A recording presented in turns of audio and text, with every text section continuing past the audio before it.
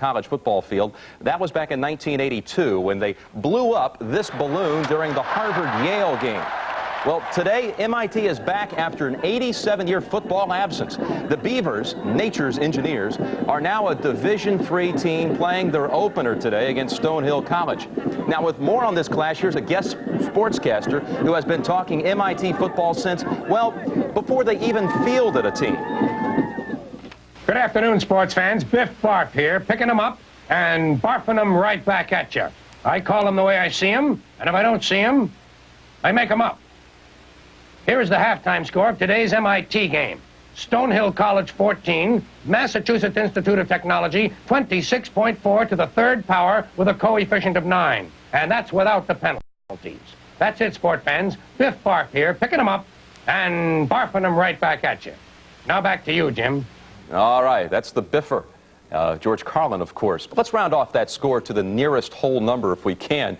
MIT 23, Stonehill 7 in the third quarter. One other game of note, that's out in the West. Air Force has just moved in front of Wyoming. Wyoming with a 12-game regular season win streak on the line there.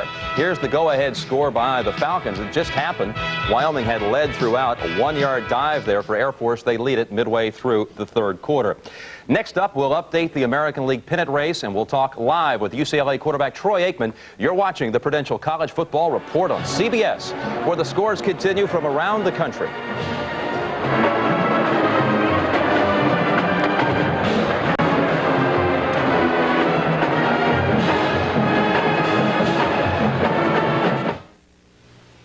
Soar beyond your expectations.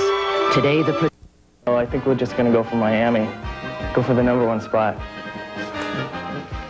That's a tough college chant to be sure. By the way, MIT won today over Stonehill 29-7, and they're analyzing the statistics as we speak in Boston. More from New York on the Prudential Halftime Report in a moment. Massachusetts Institute of Technology, and Paul Ryden was there last week for homecoming.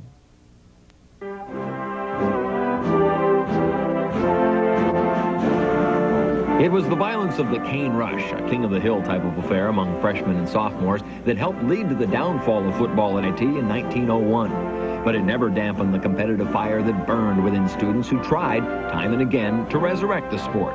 They finally did in 1978 with club football. But 10 years later, other schools dropped out of the league to go big time, Division III. And so did MIT. Say you were going to start an NCAA sanctioned team from scratch. You'd probably want a marching band, even one that met just one day a week, on game day. Inside slide rule, dance this way. Dun, dun, dun, dun, dun, dun, dun. We call ourselves the lowest commitment organization on campus.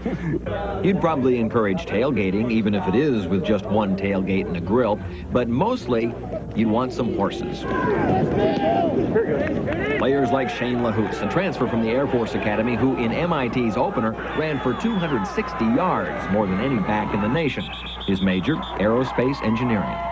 Every team could use a bruiser named Moose. MIT's got one, aeronautical engineering major Garrett Moose, who wouldn't let a broken thumb keep him away. Football is everything. Well, almost everything.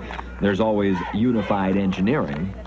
10 hours of lecture per week, 2 hours of lecture a day.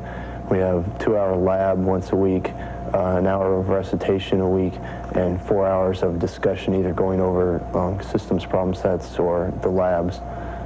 Works out to 17 hours a week in class, plus homework. Have a test every Monday, problem set due every Friday, plus labs and systems problem sets done in. And it basically covers almost every area of engineering. You get the picture. These guys really are going to be rocket scientists. As football players, their work habits are great. When they're out on the field, that's what they want to do. You know, they go at it 110%. And every year there's a new group coming in, so it's a constant charge for me to be with these guys. Pull right, dive option left. Club football to Division III. What, may you ask, is the difference? What, I ask, is the difference? Not a whole heck of a lot. I mean, both these teams were club last year. The only difference is, back then, no one cared. What's different at MIT is the school spirit, the enthusiasm that it's generating for just something that everyone can relate to. The total budget for football, $25,000. Tuition alone is pushing $20,000 a year, but there's nothing elitist about X's and O's. he's right here, then he's just going to go deep, so there probably will be nobody there. So just look out there. If he's out here... I know, you thought because it was MIT that a chalk talk would sound more scholarly. We got a source of footballs out of this area of the backfield over into a sink over here, hopefully projecting a velocity vector down here and crossing the end zone successfully. No, it's just football with a special brand of student athlete. I couldn't stop playing football after high school. It'd just be impossible. If MIT didn't have football, I probably wouldn't have come here. MIT will never be a football factory, a football lab, maybe, but it can boast of a program that combines physical work with academics and fun. The same goal, ironically, of those who abolished football here in the first place. In Cambridge, Massachusetts, I'm Paul Ryden, TBS Sports. After defeating Assumption 21-14, MIT is now 2-1 on the year. Sean LaHouse had 184 yards, 2 touchdowns for the victorious Beavers. We'll be back.